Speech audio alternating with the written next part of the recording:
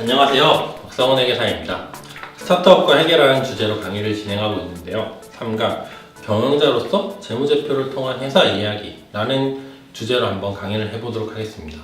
1강, 2강에서 회계의 기본적인 개념, 그리고 회계를 왜 배워야 하는지, 그리고 그럼 회계의 기본적인 원리들이 어떤 건지 간단히 얘기를 드렸었는데요.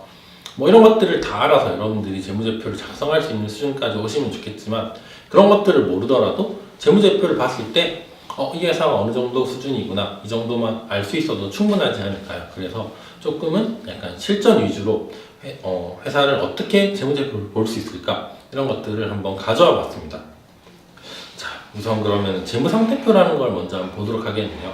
제가 재무상태표는 뭐라고 했었는데 혹시 기억이 나시나요? 재무상태표는 회사의 특정 현재 상황을 보여주는 표인데요. 재무상태표는 그럼 어떤 계정 과목들이 나올까요? 자산, 부채, 자본이 나오겠죠. 자, 그러면은 우선 자산부터 시작해서 그럼 자산 항목들에는 어떤 것들이 있는지, 그리고 그럼 이 숫자들을 어떻게 이해하는지 한번 보도록 하겠습니다. 재무제표 예를 들면 인터넷에 가면 되게 많이 볼 수 있는데 이 숫자들이 어떤 의미인지 알 수 없다면 사실 의미 없는 숫자가 되잖아요. 여러분들이 회사를 경영하시는데 우리 회사 자산이 이 정도 있다고 했을 때 그냥 자산이 많네 라고 하는 거는 저는 자격미달이라고 생각합니다.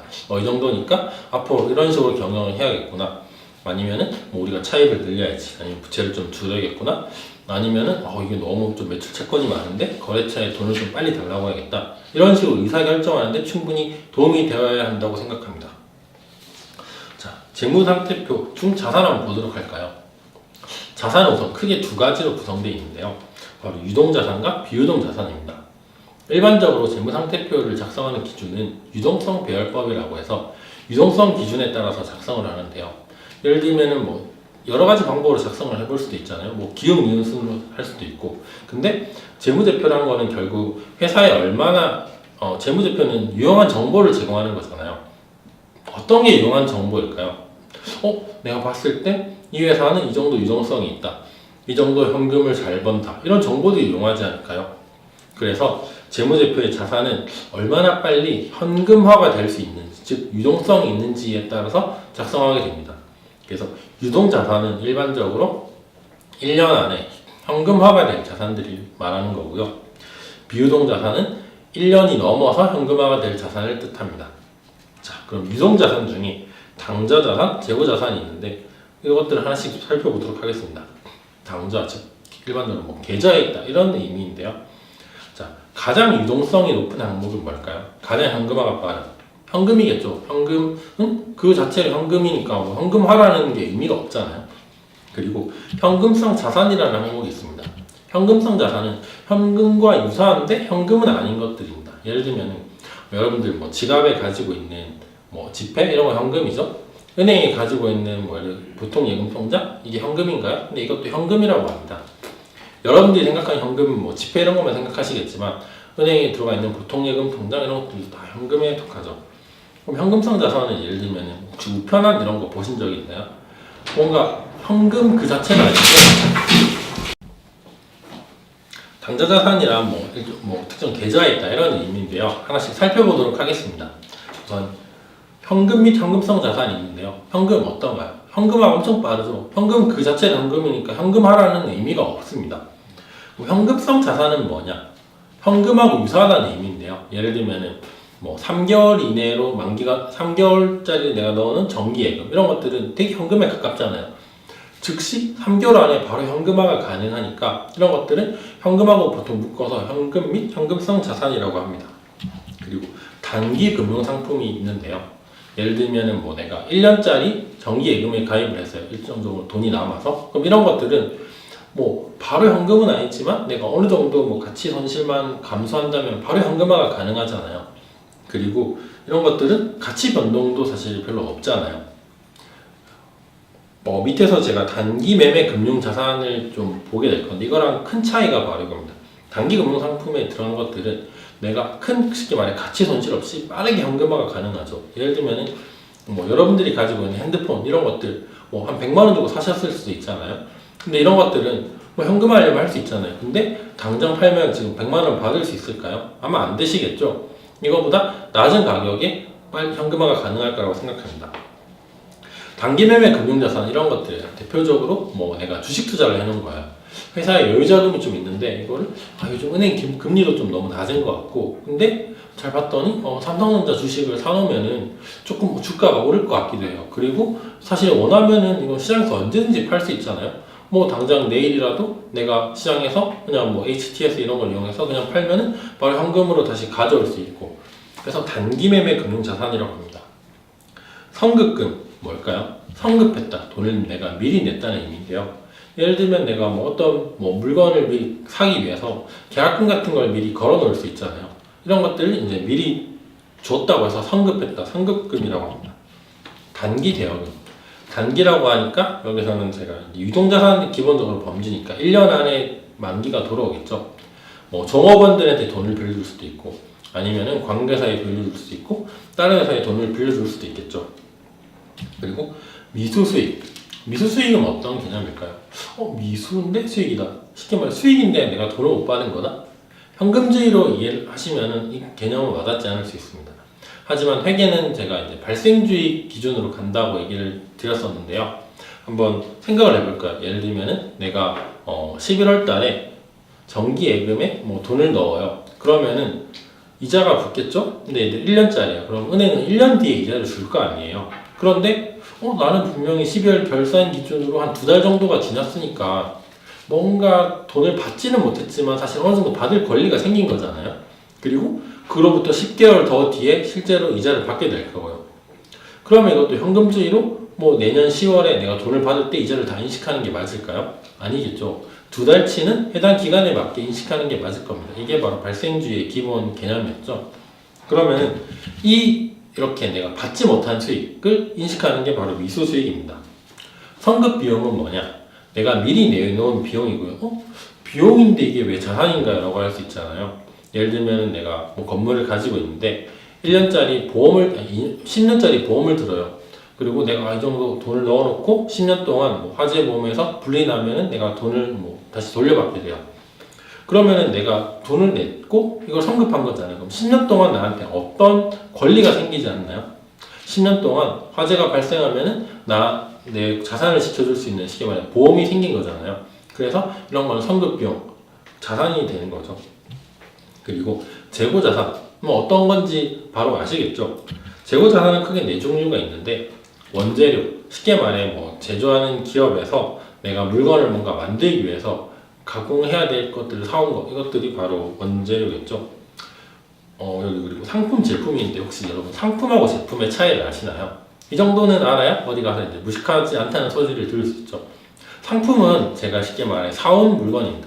예를 들면 특정한 이런 펜이라고 해서 이게 상품이냐 제품이냐를 결정하는 건 아닙니다. 이걸 제가 만들었으면 이게 제품이 되는 거고요. 이거를 내가 사와서 팔 의사가 있으면 이건 제품이 되는 겁니다.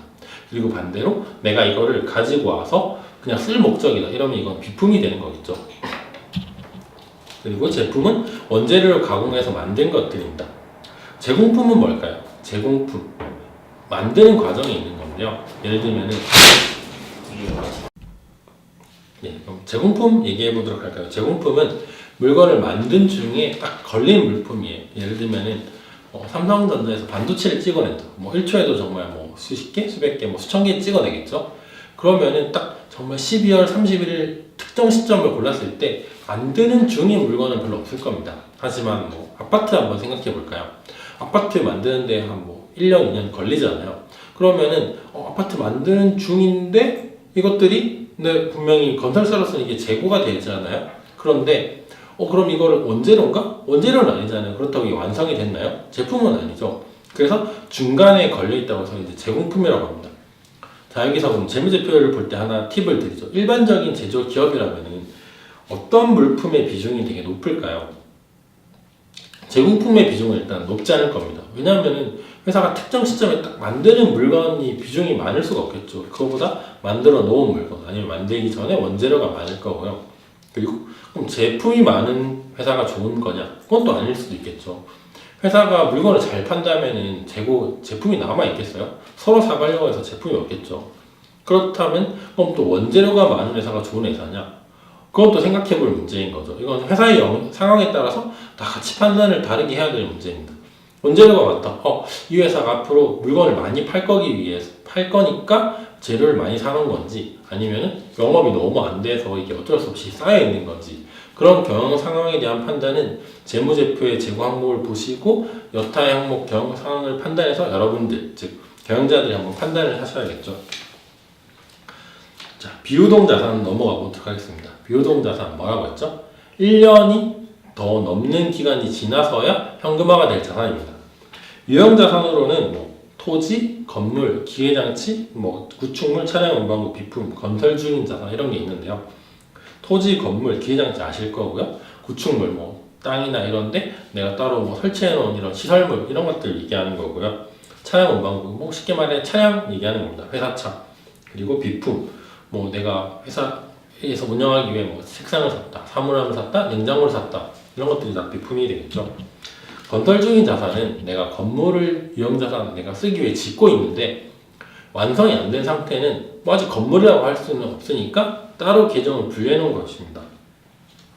무형자산, 산업재산권, 광업권 이런 차이 저도 잘 모릅니다. 다만 이런 식으로 권리를 받았다고 하면 이렇게 무형자산으로 적어 놓는 거죠. 개발비는 내가 뭔가 물건을 개발하고 있는데 이게 그냥 비용이라고 하면 좀 이상하잖아요. 난 분명히 이게 되게 좋은 기술이고 뭔가 크게 돈을 벌어다 줄 것 같은데 그냥 비용이라고 하면은 우리 나중에 벌어들일 수익이랑 대응이 안 되잖아요. 그래서 일단 자산으로 내가 기록을 해놓고 향후 이제 수익과 비용을 대응시키는 계정이라고 할 수 있습니다. 소프트웨어 마찬가지로 내가 마이크로소프트 오피스를 샀다 이런 것들 충분히 소프트웨어라는 자산으로 기록해 놓을 수 있습니다.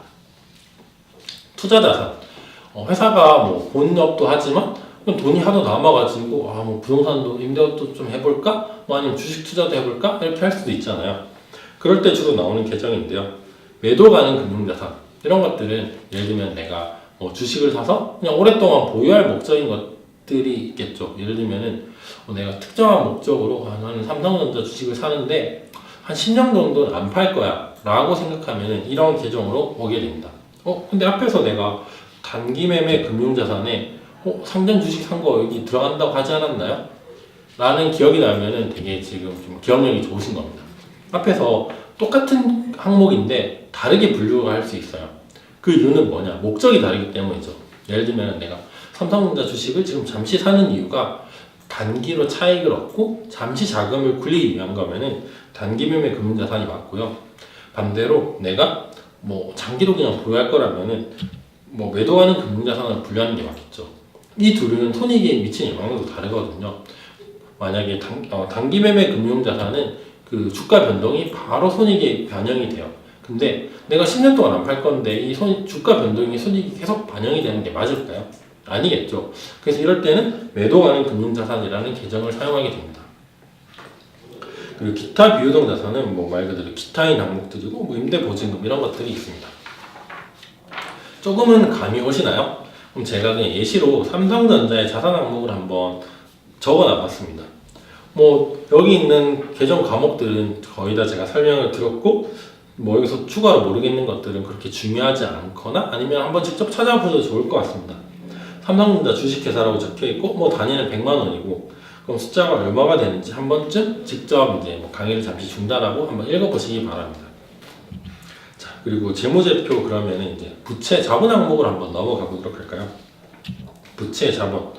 자, 부채는 이렇게 분류가 됩니다. 유동부채, 비유동부채. 자산하고 같은 기준이고요. 1년 안에 쉽게 말해 내가 갚아야 될 돈을 줘야 될 거면 유동부채. 1년이 넘어갈 것 같으면 비유동부채겠죠. 매입 채무, 내가 돈을 이제 원재료 같은 걸 매입하고 줘야 될 돈이고요. 단기 차입금, 돈 빌린 거죠. 미지급금, 내가 물건을 원재료 이런 게 아니라 사물함, 토지를 샀는데 또 아직 안 준 거다. 미지급금이 되고요. 예수금, 내가 일시적으로 붙잡아 놓은 거예요. 부가세 같은 거. 기업들이 잡아놨다가 소비자한테 물건을 팔고 부가세는 다시 정부에 납부를 해야 되잖아요. 이런 것들이 여기 들어가고요. 미지급 비용, 예를 들면은 이자 수익과 정확하게 반대되는 이자 비용 같은 거 생각하시면 됩니다. 비용이 발생은 했는데 내가 아직 주지 않은 거. 그리고 선수금, 이건 돈을 미리 받은 거야. 대학생들 여러분들 중에서 과외 같은 거 해보신 분도 있을 건데요. 과외하면 보통 성금 먼저 받잖아요. 그럼 돈을 받으면은 이게 부채가 생기는 거예요. 왜냐면 내가 용역을 제공, 즉 가해를 해줘야 되잖아요. 그래서 이런 것들이 선수금 항목으로 들어옵니다. 선수 수익, 이것도 뭐 마찬가지고요. 자, 그럼 비유동 부채 한번 보도록 할까요? 사채. 사채는 그냥 차입금하고 차이가 나게 직접 내가 채권을 발행해서 돈을 조달한 겁니다. 장기 차입금, 장기로 돈 빌린 거고요. 장기성 매입 채무. 쉽게 말해 내가 뭐 원재료 같은 걸 매입했는데 1년 뒤에 돈 주겠다고 한 거예요. 퇴직급여 충당금. 쉽게 말해 근로자들이 있으면은 다 뭐 한 몇 년 근무하면은 퇴직할 때 돈을 줘야 되잖아요. 이런 것들을 나중에 줄 때 비용으로 계산하는 게 아니라 미리미리 회사의 장부에 반영해 놓는 거죠. 그 다음에 뭐 임대보증금 이런 것들이 있을 수가 있겠죠. 자본 항목은 되게 뭔가 많은데 사실 여기서 크게 강연을 하는 건 의미가 없을 것 같습니다. 제가 자본에 대해서는 1강에서 정의를 했는데요. 자산에서 부채를 뺀 거라고 했죠. 그냥 자산에서 부채를 빼는 게 총계가 중요하지 뭐 지금 뭐 이런 단계에서 자본의 구성 항목이 어떻고 상법에 따라 어떤 걸 정립해야 되고 이런 거를 굳이 알 필요는 없을 것 같습니다. 다만 그냥 뭐 이런 것들이 있구나 한 번 정도 눈으로 보시면 될 것 같습니다. 자, 역시 이제 뭐 제가 예시로 삼성전자의 부채 그리고 자본 항목을 그냥 캡처해 왔는데요. 한번 살펴보시기 바랍니다. 그리고 그 다음으로 중요한 게 이제 포괄손익계산서죠. 뭐 제가 손익계산서 또는 뭐 포괄손익계산서라는 용어를 혼합해서 쓸 텐데 회사가 정말 이제 성과를 보여주는 게 바로 이 표잖아요. 한번 보도록 하겠습니다. 자, 한번 흐름을 잘 생각을 해볼게요. 회사가 주된 영업을 해요. 이렇게 해서 돈을 버는 게 바로 매출이겠죠. 우리가 물건을 판다, 제품 매출. 우리가 물건을 뭘 떼와가지고 판다, 상품 매출이겠죠. 아니면 우리가 뭔가를 가서 뭐 컨설팅을 해준다, 아니면 어떤 용역을 제공한다, 서비스 매출이 되겠죠. 그럼 이에 상하는 원가가 있을 겁니다. 제품을 팔았으면 내가 제품을 만들기 위해 드는 원가가 있겠죠. 뭐 재료비가 있을 거고, 그걸 하는 데 드는 가공비가 있을 거고요. 상품이라면은 내가 떼온 뭐 원가가 있을 거 아니에요. 그리고 용역을 제공하는 데는 이에 상하는 직접적인 원가는 없겠죠. 그리고 그러면은 매출에서 이런 원가를 뺀 게 매출 총이익이라고 합니다. 쉽게 말해 매출에서 내가 총이익을 얼마나 남겼나 이런 의미겠죠. 그리고 여기서 판매 관리비를 이제 차감을 하는 거죠. 뭐 회사를 운영하기 위한 일반적인 직원들 급여도 있을 거고요. 복리후생비도 있을 거고, 우리가 뭐 건물이 없어서 여기를 임차했으면 임차료도 나가야 될 거고요. 뭐 연구를 하면 연구비도 나가야 될 거고요. 여기서 이런 것들을 다 빼면은 회사의 영업이익이 납니다. 이게 뭐냐? 결국 회사가 진짜 영업을 해서 남겼다는 의미인 거죠. 그리고 영업 외의 항목으로 수익과 비용을 이제 또 차감하게 되는데요. 쉽게 말해 회사가 뭐 이자 수익이 발생할 수 있잖아요. 일시적으로 돈이 남아서 예치를 했어요. 근데 회사의 일반적 은행 같은 걸 제외하고 뭐 회사의 주된 게 은행에 돈을 넣고 이자를 받는 게 주된 영업인가요? 아니죠. 이런 것들은 돈을 벌긴 했지만 영업 외 항목을 빼는 거예요. 영업의 비용도 마찬가지예요. 회사가 차입을 하면 어쩔 수 없이 이자 비용이 나가야 되는데 이게 회사의 본업은 아니잖아요. 예를 들면 외화 환산 손실이 나요. 우리가 뭐 외화 매출이 있어서 환율이 변동하니까 손실이 날 수 있잖아요. 근데 이게 회사의 주된 영업 활동은 아니니까 영업 외라는 항목으로 빼는 거죠. 그래서 영업이익에서 영업의 이익을 더하고 영업의 비용을 빼면은 바로 세전이익이 나오고요. 그리고 여기서 쉽게 말해 법인세를 차감하면은 이제 단기 순이익이 나오는 거죠. 자, 역시 삼성전자의 포괄손익계산서를 제가 한번 가져와 봤는데 한번 뭐 살펴보시기 바랍니다. 이렇게 되구나 충분히 이해를 하실 수 있을 겁니다. 그리고 제가 이제 현금 흐름표를 가지고 왔는데 현금 흐름표는 되게 상당히 이제 뭐 복잡한 개념이고 크게 세 가지 정도만 보시면 될 것 같습니다. 현금 흐름표는 회사가 각각 영업활동, 투자활동, 재무활동에서 돈을 얼마를 뭐 벌었느냐 아니면은 현금이 얼마나 들어오고 나갔느냐를 보여주는 표인데요. 바로 예시로 한번 살펴보죠. 영업활동 현금 흐름이 있고 그리고 이제 투자활동 현금 흐름 그리고 다음 장에 보면은 재무활동 현금 흐름이 있습니다. 그냥 영업활동은 회사의 주된 영업으로 회사가 일반적으로 돈을 벌었구나라고 생각하시면 되고요. 투자활동은 일반적으로 현금 흐름이 마이너스예요. 왜냐? 회사가 계속 투자하는 현금을 보여주는데 투자활동이 플러스라는 건 회사가 투자를 한 게 아니라 뭔가 계속 자산을 팔고 땅을 팔고 이렇게 했다는 거잖아요. 재무활동은 회사가 쉽게 말해 주된 영업이 아니라 뭐 은행에서 내가 돈을 빌렸다 아니면은 새로 투자를 받았다 이런 것들과 관련된 활동들입니다. 그래서 이런 것들을 총합해서 기초의 현금에서 이런 세 가지 활동들의 변동을 합계를 해서 그러면은 기말의 현금이 딱 나오게 되는 것이죠. 자, 그럼 3강 여기까지 하도록 하겠습니다. 감사합니다.